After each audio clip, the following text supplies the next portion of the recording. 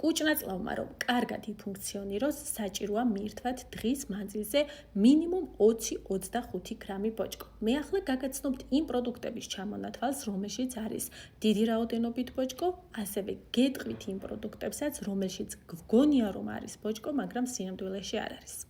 მაშასე დავიწყოთ. ფორთოხალი დიდი რაოდენობით ბოჭკოს შეიცავს, ხოლო ფორთოხლის წვენი საერთოდ არ შეიცავს ბოჭკოს.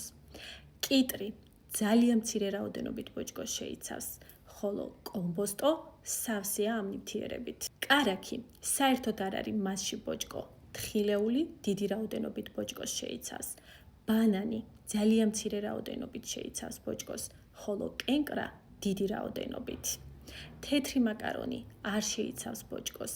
წიწიბურა სავსეა ბოჭკოთი. თუ გაინტერესებთ მეტი სასარგებლო ინფორმაციის მოსმენა სწორი კვების შესახებ, გამოიწერეთ ჩემი გვერდი, რომ არ დაგეკარგოთ, ხოლო თუ წონის დაკლება გსურთ ინდივიდუალურ კონსულტაციაზე ჩასაწერად, მომწერეთ პირადში ტელეფონის ნომერი. უახლოესი 2 დღის განმავლობაში მე აუცილებლად დაგიკავშირდებით.